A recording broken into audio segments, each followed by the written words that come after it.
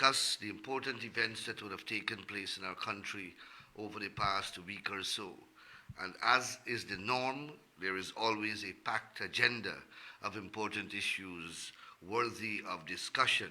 Tonight is no different. I want to begin by welcoming all of our viewers who are joining us on television in Region 5, Mahaika to West Coast Berbice. Welcome to another program of Issues in the News.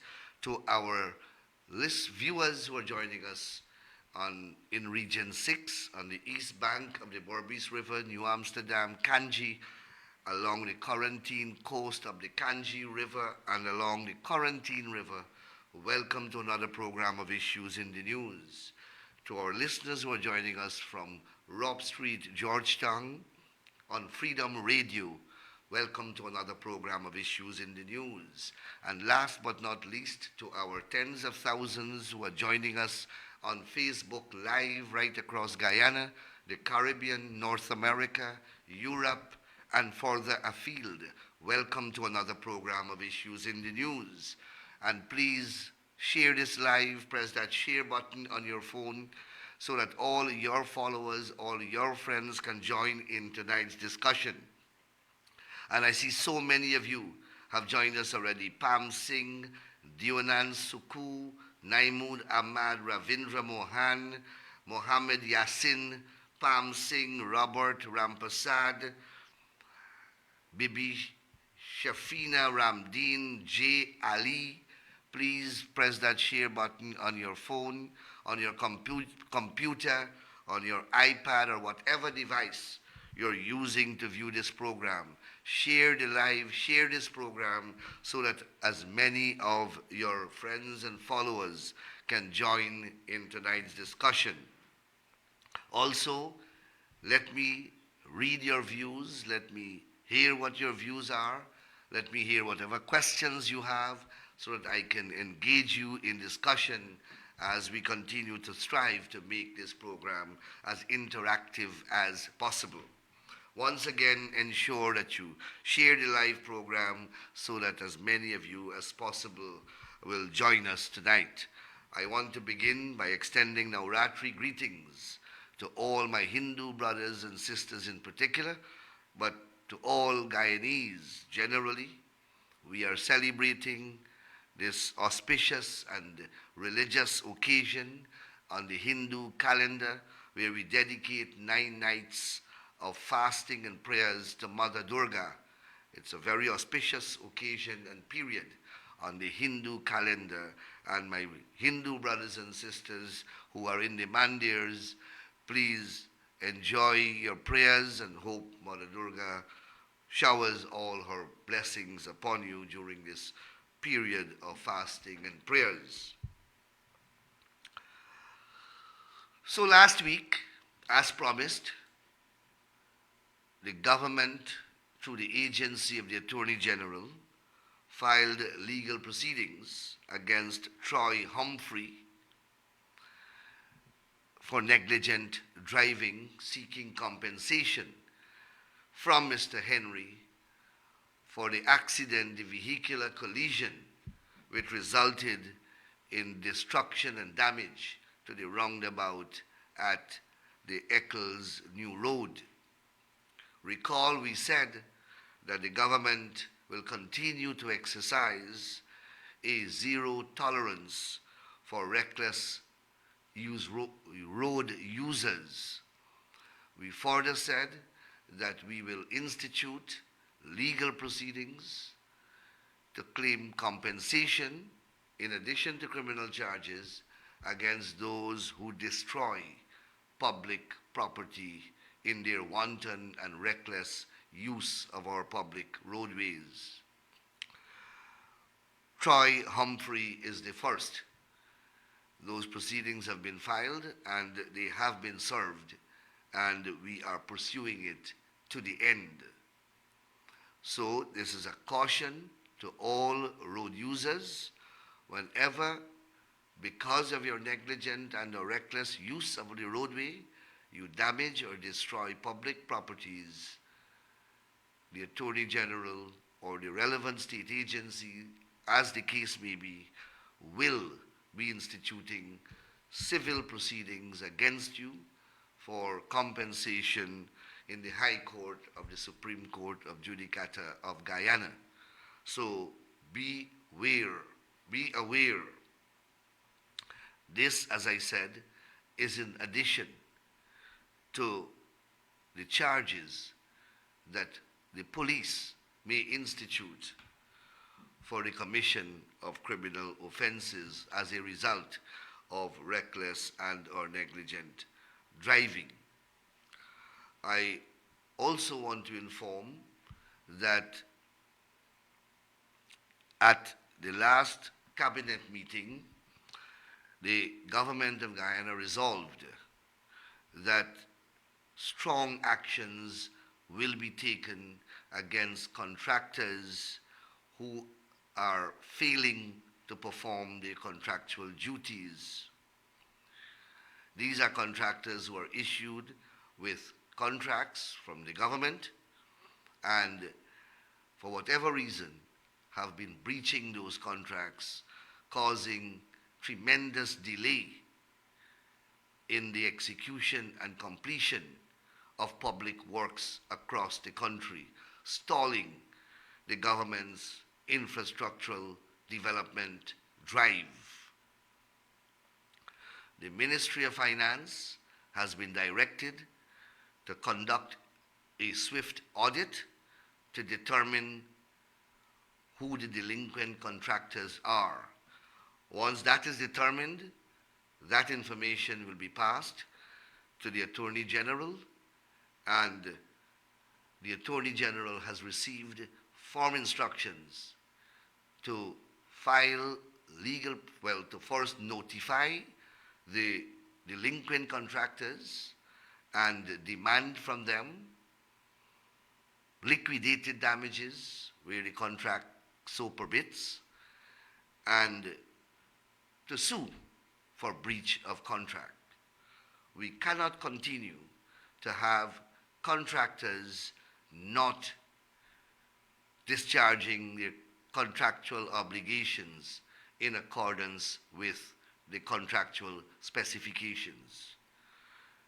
Government will not tolerate substandard work and breach of contracts from contractors who are paid billions of dollars to discharge their contractual obligations.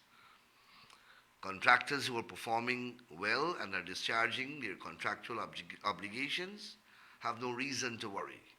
The delinquent ones, however, that delinquents will attract certain legal consequences, and the government intends to move strongly and swiftly in that direction.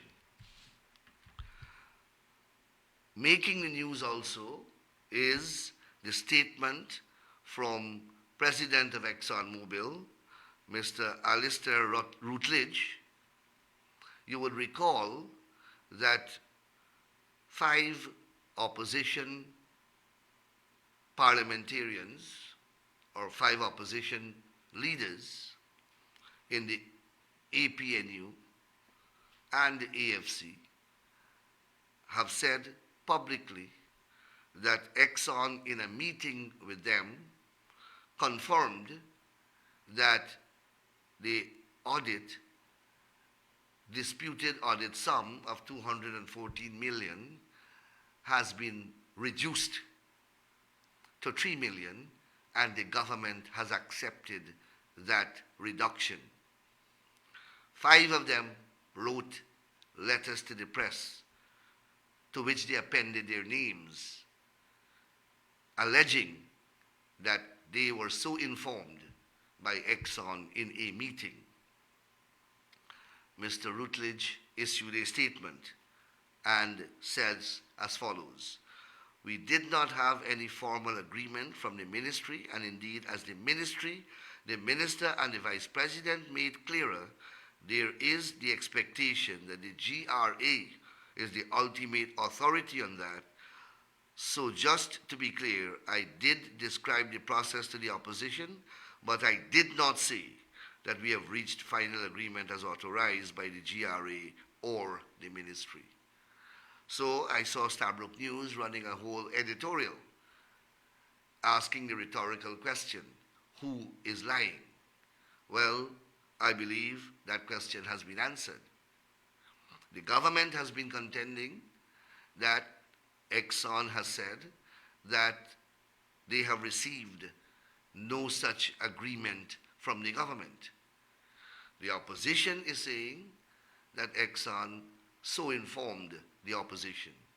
Well, Exxon has come out and has stated for the public record that the government is correct, that there has been no agreement by the government or the government authorized agency, in this case the Guyana Revenue Authority, that there has been an acceptance of that reduced sum.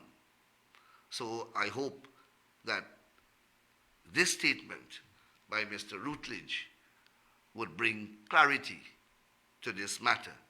And once again, I believe that the opposition has been proven to be spreading false narratives. But that is nothing new. The opposition is regularly found to be peddling inaccuracies, and they simply have no shame. They make these outlandish accusations, they make these outrageous allegations, they produce no evidence in support, and when they are proven to be inaccurate, they just move on to something else, as if nothing happened. These people have a special gift. Today at their press conference, I listened to both the leader of the opposition, Mr. Aubrey Norton, and leader of the Alliance for Change, Mr. 𝘠𝑚𝑟𝑎𝑗 Ramjitan. And both of them have made the allegation that the Guyana Elections Commission is illegally registering Venezuelans and putting them on the national database. And they are both alleging that this will undermine the integrity of the electoral process. Not a single supporting evidence, not a scintilla of evidence to corroborate or support this very serious allegation. Now let me make it clear that the government nor the PPP controls the Guyana Elections Commission, nor directs the Guyana Elections Commission on how to discharge its statutory and constitutional mandate. The Guyana Elections Commission is a constitutional, autonomous, and independent body. So we don't hold any responsibility for the actions of GCOM. In fact,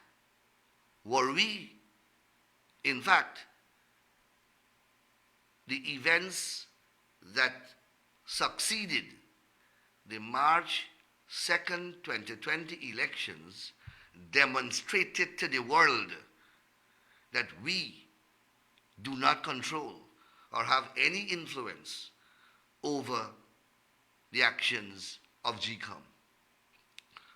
If we were, then certainly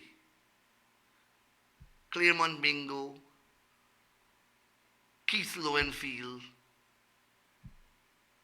and others would not have been allowed to do what they did.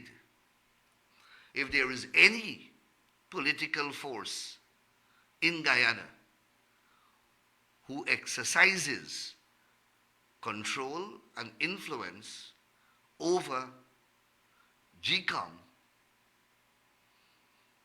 it must be those in whose favor Lowenfield, Mingo, and others were acting. They were certainly not acting in the interest and for the benefit of the People's Progressive Party. So the machinery of 𝘕𝘠𝘶 is demonstrably beyond the control of the People's Progressive Party or the People's Progressive Party civic government. That much must be clear to the average bystander. That being said, I don't know, I have no evidence that 𝘕𝘠𝘶 is registering unqualified persons. The allegation that Ramjatan and Norton are making is that 𝘕𝘠𝘶 is unlawfully registering Venezuelans who are not qualified to be registered, obviously. Let me make it clear that the Constitution provides clearly for the qualifications of persons who can be registered. And those qualifications are: the person must be 18 years and over and must be a Guyanese. Those are the qualifications. These two leaders sat at a news conference and alleged that hundreds, if not thousands, of Venezuelans are being illegally registered by 𝘕𝘠𝘶. And they can't produce, and they did not produce, a scintilla of evidence to substantiate this very serious and outrageous allegation. But that is their modus operandi. It would appear that anything that comes to their head, they just sprout it. One would have expected, as intelligent, as mature, and as responsible politicians and political leaders, if they are going to speak on such a serious matter, if they're going to make such a serious allegation, then they would have some evidence to support their contention. They did not cite an iota of evidence. We have said many times that the 𝘕𝘠𝘶 machinery needs to be balanced. In fact, we have complained about the employment makeup of 𝘕𝘠𝘶. So the registration officers, I don't know that they are even supporters of the People's Progressive Party. More so would be, and the other bizarre thing is, how do you know and on what basis they are concluding that these persons who are being unlawfully registered are supporters of the PPP or will vote for the PPP? On what basis they are jumping to that conclusion? Do they have a crystal ball? Can they see into the minds of these people? Do they know these people?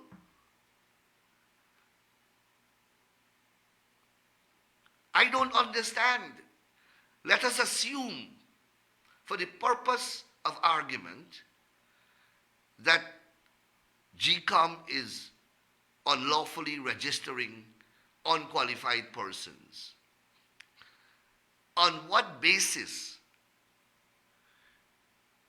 is Mr. Ramjatan and Mr. Norton insinuating, if not openly alleging, that these unlawful registrants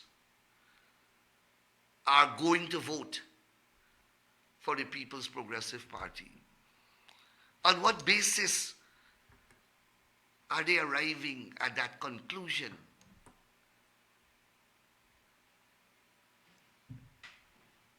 You have to question the reasoning capabilities of these persons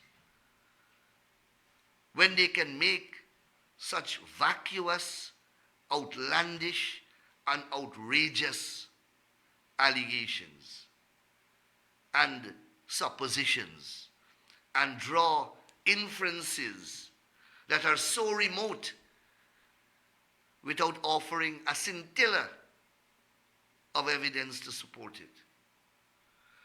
But that is how they think, and that is how they function, both in and out of government. They simply do not make sense. Hopefully, 𝘕𝘠 will answer these allegations.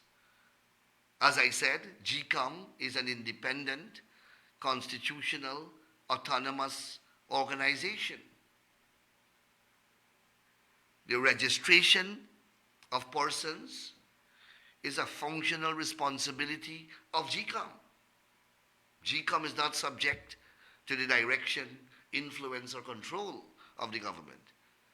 And if this is the allegation that is being made, hopefully 𝘕𝘠 will answer the allegation and will call upon Ramjatan and Norton to produce the evidence of this massive illegal registration exercise that they are alleging 𝘕𝘠 is perpetrating. But even if 𝘕𝘠 does issue a statement calling upon them to produce the evidence, they will not. And life goes on. And they get off the hook completely until they concoct and fabricate another lie, another false narrative. That is all that they do, all day long, whole day. So don't be surprised when they will be confronted, or if they are confronted, you will hear no sensible answer, no sensible response, and then they go on to fabricate and concoct another ridiculous narrative. That is what they do all day.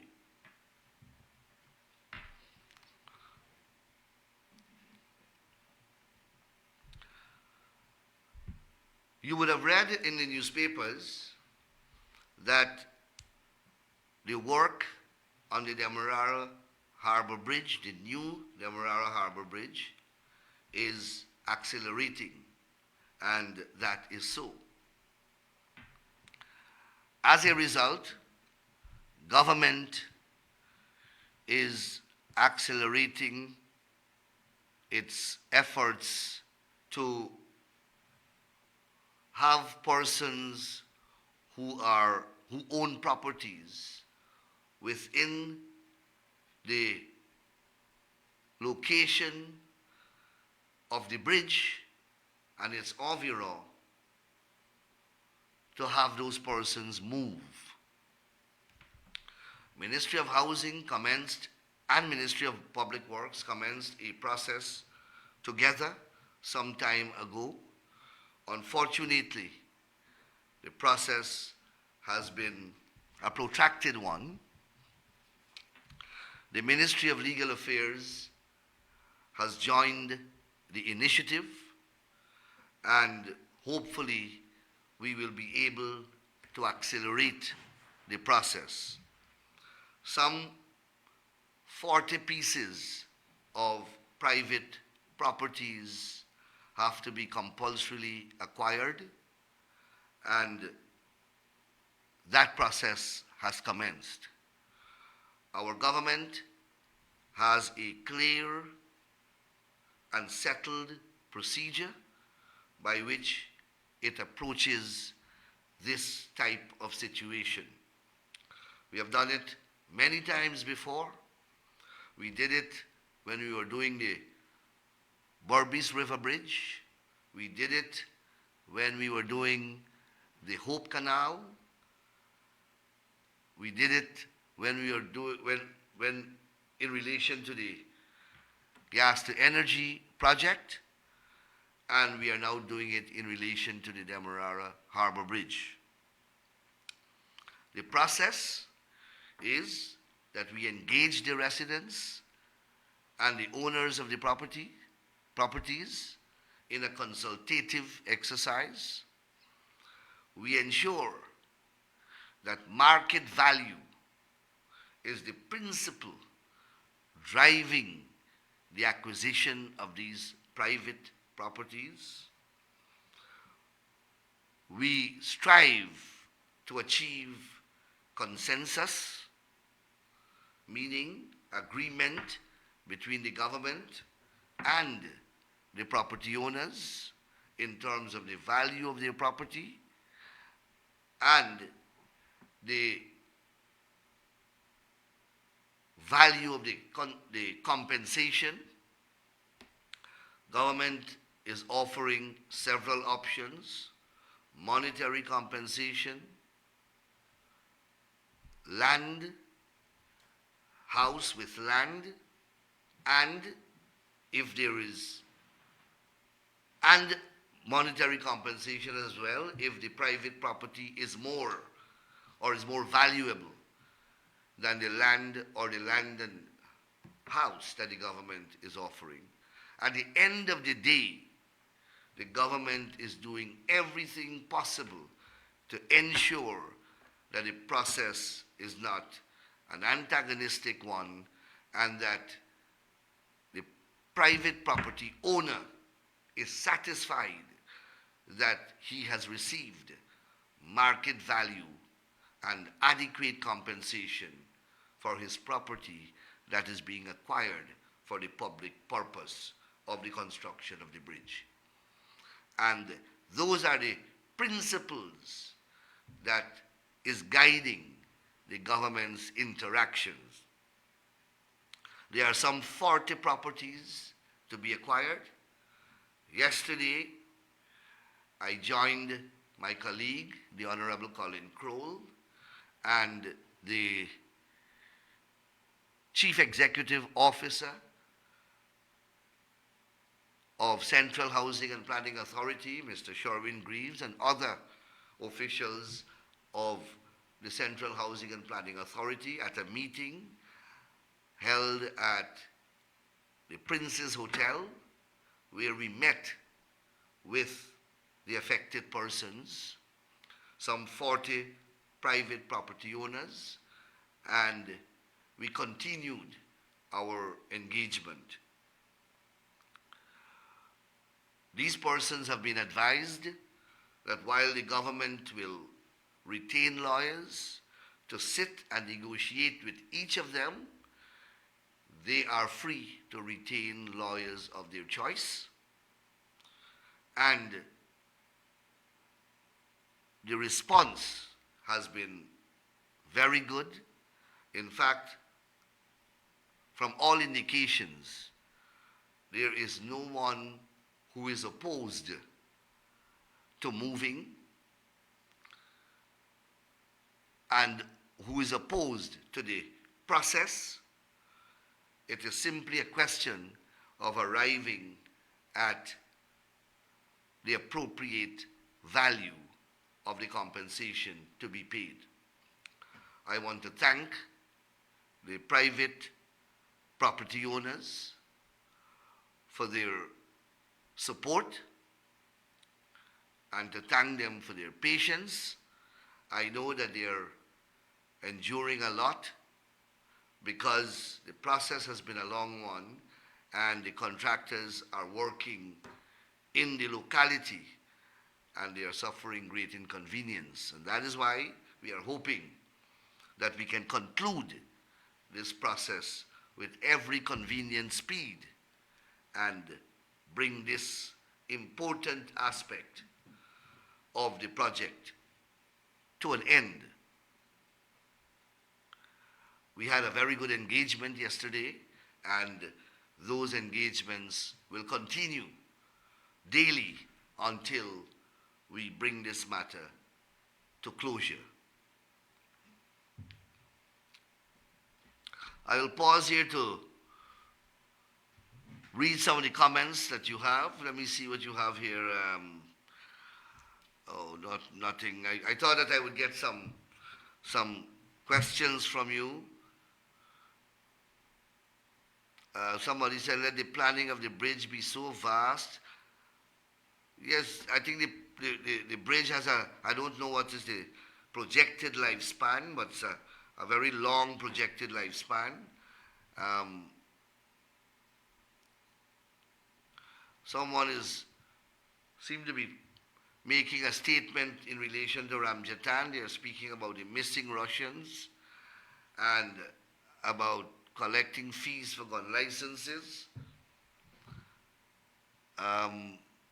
Anyhow, let's go back to the program.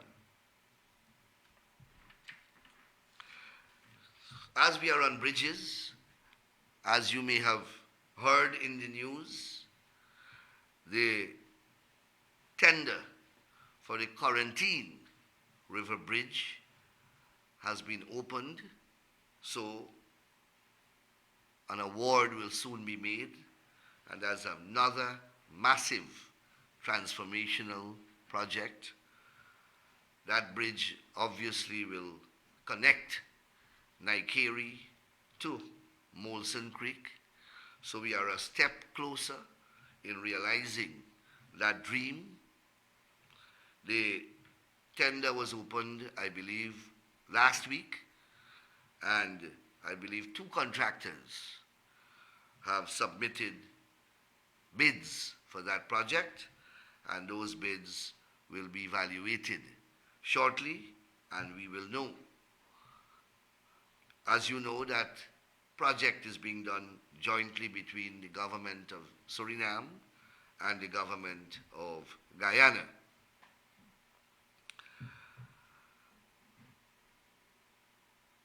There has been some misleading information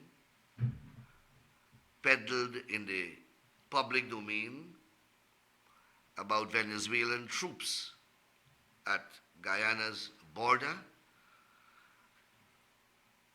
I read a statement from the Chief of Staff of the Guyana Defense Force, Omar Khan, who has assured that that information is misleading and that there is no need for panic and there is no need for public concern.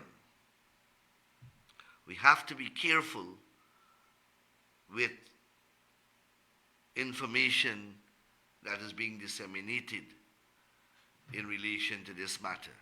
It's a very sensitive matter, and I would advise that we only accept information through official channels. Our position on the matter remains the same.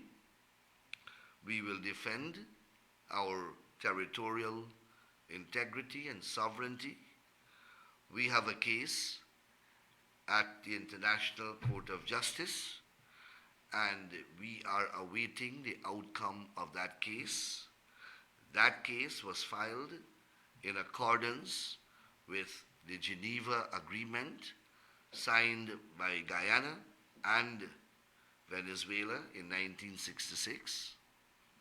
And that agreement says that if the dispute persists, then the Secretary General of the United Nations must determine the path towards resolution.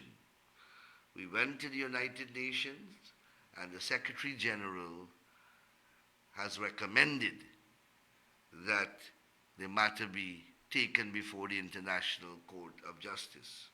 And we have done exactly that.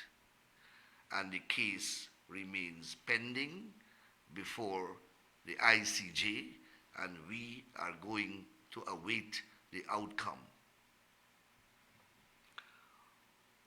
many important international organizations have expressed their support for Guyana's position.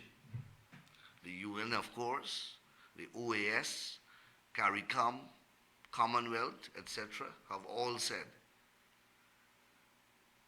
that they are supporting Guyana's position on this matter. So that is where we are going to leave it.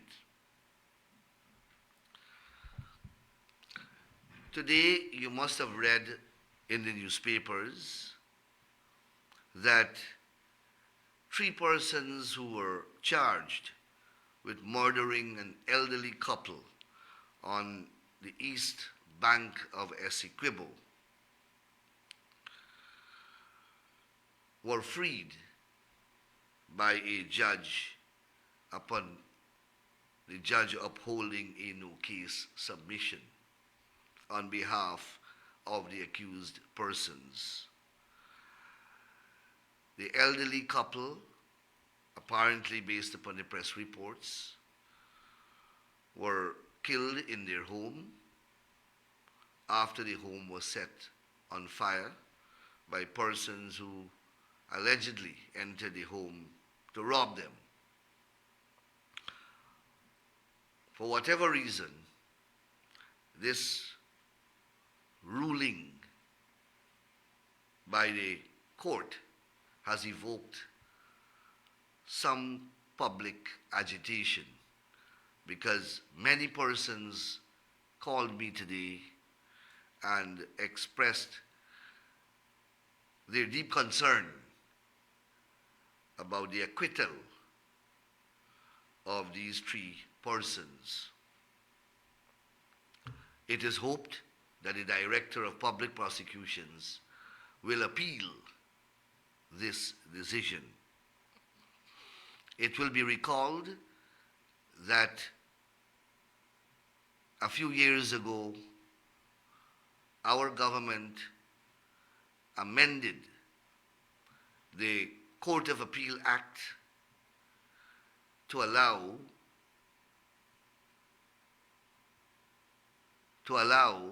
for the state to appeal against decisions made in the course of a criminal trial. The state had no right of appeal in those types of cases. Only the accused could have appealed if he or she is convicted. The prosecution had no right of appeal.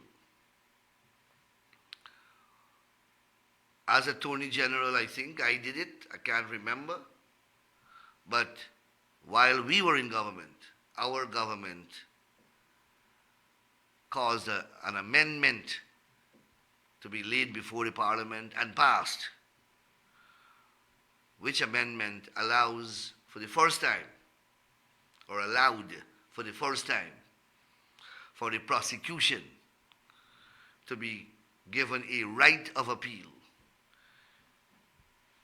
in criminal trials before the High Court in certain specified circumstances.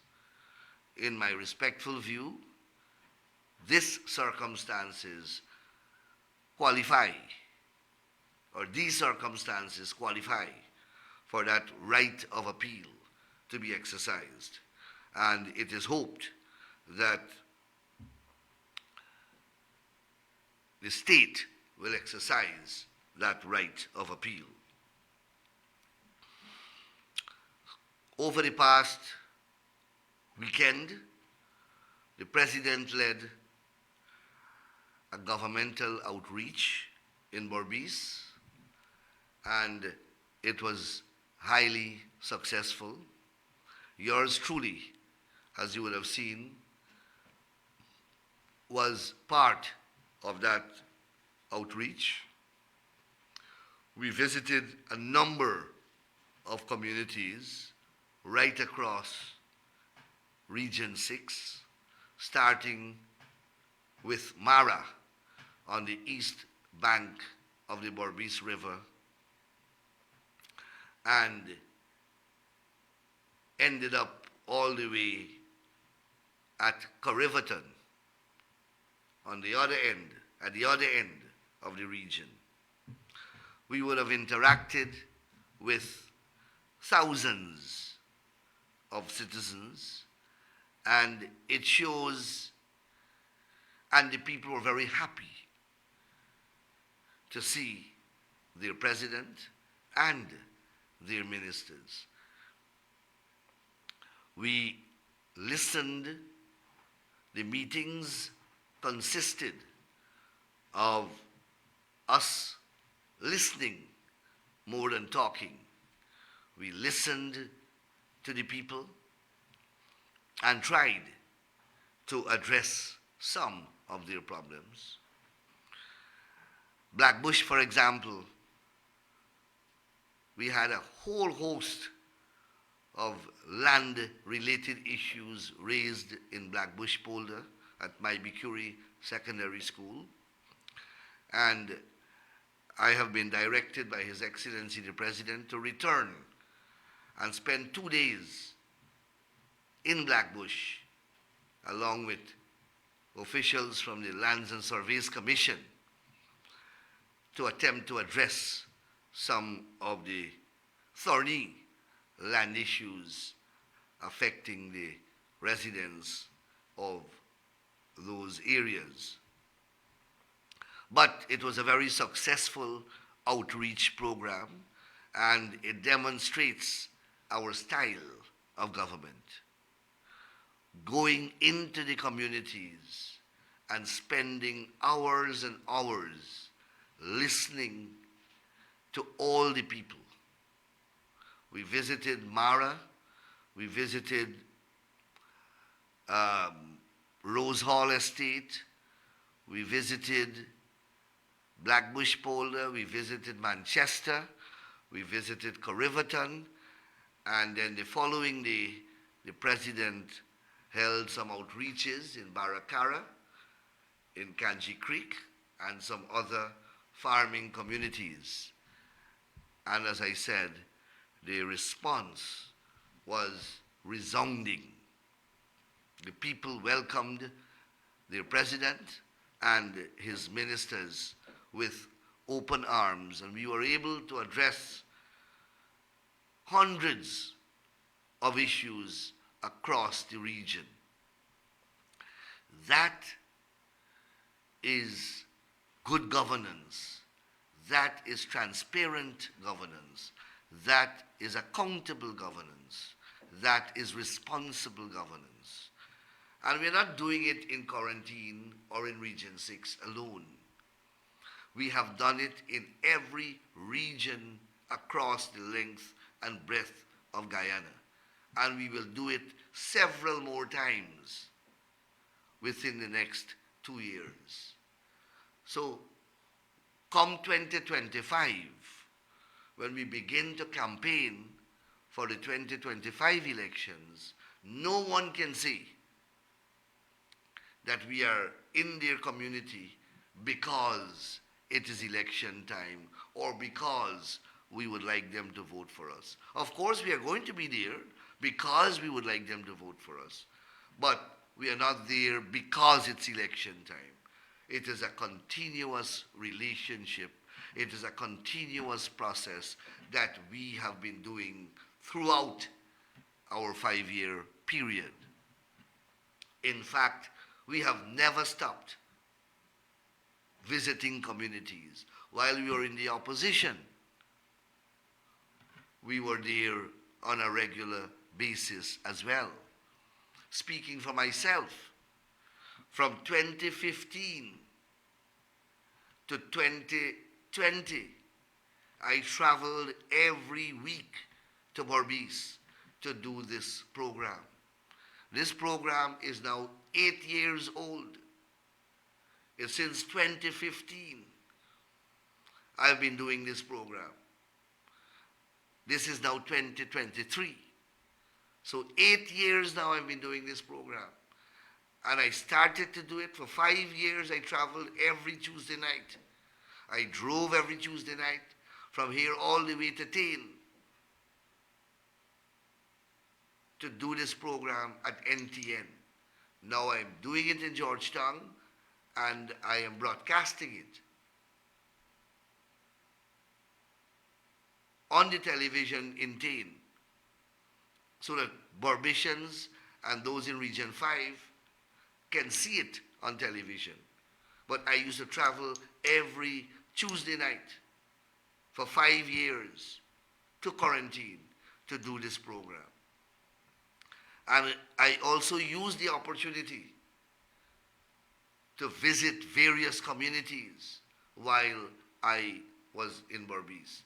And I am only speaking about myself.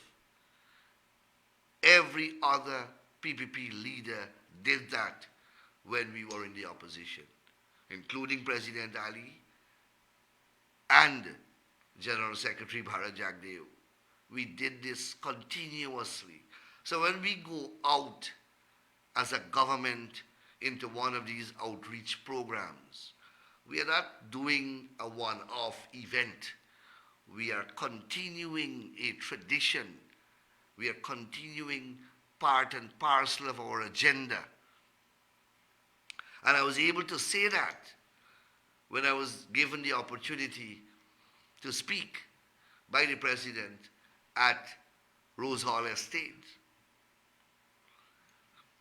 We went to Rose Hall Estate, and that's a story that we have to tell, because during the opposition, while we were in opposition, the coalition government closed Rose Hall. They closed Wales. They sold out Wales. They sold out the factory of scrap metal. They sold out all the houses in the senior staff compound. They sold out all the houses at Enmore.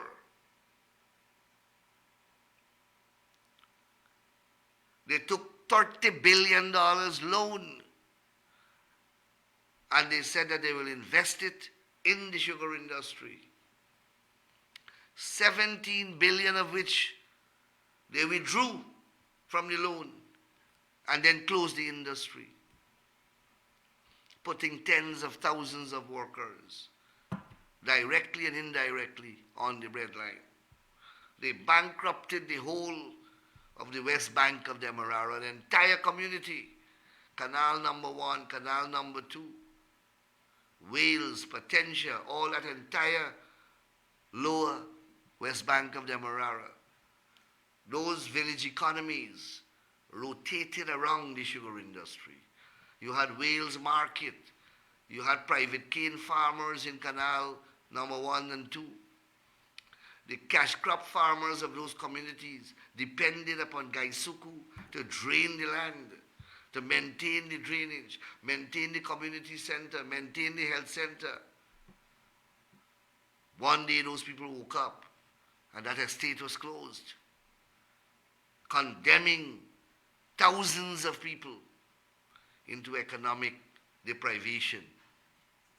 And they did that at several estates. In Berbice, Rose Hall became a graveyard. They started to sell out the factory. We have images. We went with an helicopter and we took out photographs. And I'm going to show those photographs. Hundreds, if not thousands, of ponds were left on the dams to rot. Multi-million-dollar machinery and equipment were left to rot. When you go fly over the fields, the ponds line up on the dams, all rotten. The factory, they rip out all the covering of the factory and they sold it as scrap metal. All the valuable equipment, they sold as scrap metal. And we had to build that back from 2020. Build it from scratch. We spent billions of dollars. Today, at that one estate, 1,500 workers have been returned to work. They made Kanji and that entire surrounding area a ghost town. 1,500 families now have a stable income. 1,500 families. Just multiply 1,500 by 4. That's 6,000 persons now have dependable source of income. And I'm not mentioning the market vendors who depend upon the sugar workers. I'm not mentioning the grocery shops, the pharmacy, the taxi driver, the minibus driver, all of whom depend upon the pay packet of the sugar workers. I'm not talking about the community centers now getting back to their glory days, because they were all abandoned. All the canals were blocked. All the communities were being flooded. So when they say sugar is not making money, they don't understand the implications and the impact that the sugar industry has and the number of lives that are adversely affected when that sugar estate closes or is not functioning. They never appreciate that. They're looking at dollar and cents. Sugar is not making profit, so shut it down. Sugar may not be making profit, but it is providing employment and livelihood and sustenance for tens of thousands of people. That is how you run a country. A country is not a business. Not every industry in an economy must necessarily make a profit. You have other benefits that a failing, an industry that is not making profit can provide and does provide, as the sugar industry does. And we said that to them. We said, before you close sugar, let us do an impact assessment so that you will appreciate. You can't look at dollar and cents alone. Sugar is far bigger than that in these village economies. In the county of Berbice, when you close sugar, you condemn that entire county to suffering and possible starvation. And that is what they did. And they did so deliberately. I don't think that they didn't know. They knew.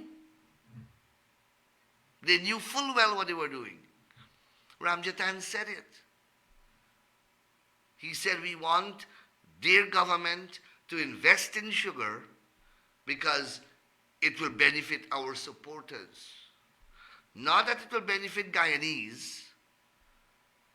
Not that the people there are entitled to live and entitled to a job and entitled to pursue a happy life. That's not an entitlement of the Berbishian according to Ramjatan. They are PPP supporters. And that's why Minister Jordan and Carl Greenidge labeled the sugar industry a black hole. They say we are pumping money into a black hole. Not appreciating that if they close that industry and they don't have alternative employment, then it is possible to bring the entire economy down. Because we are a very integrated, small economy. When 20,000 workers are affected, it's 20,000 by 4, that's 100,000, 80,000. of your population directly affected. And then you have the spin-off, another 15, 20,000. The market vendor, the taxi driver, I went through it just now.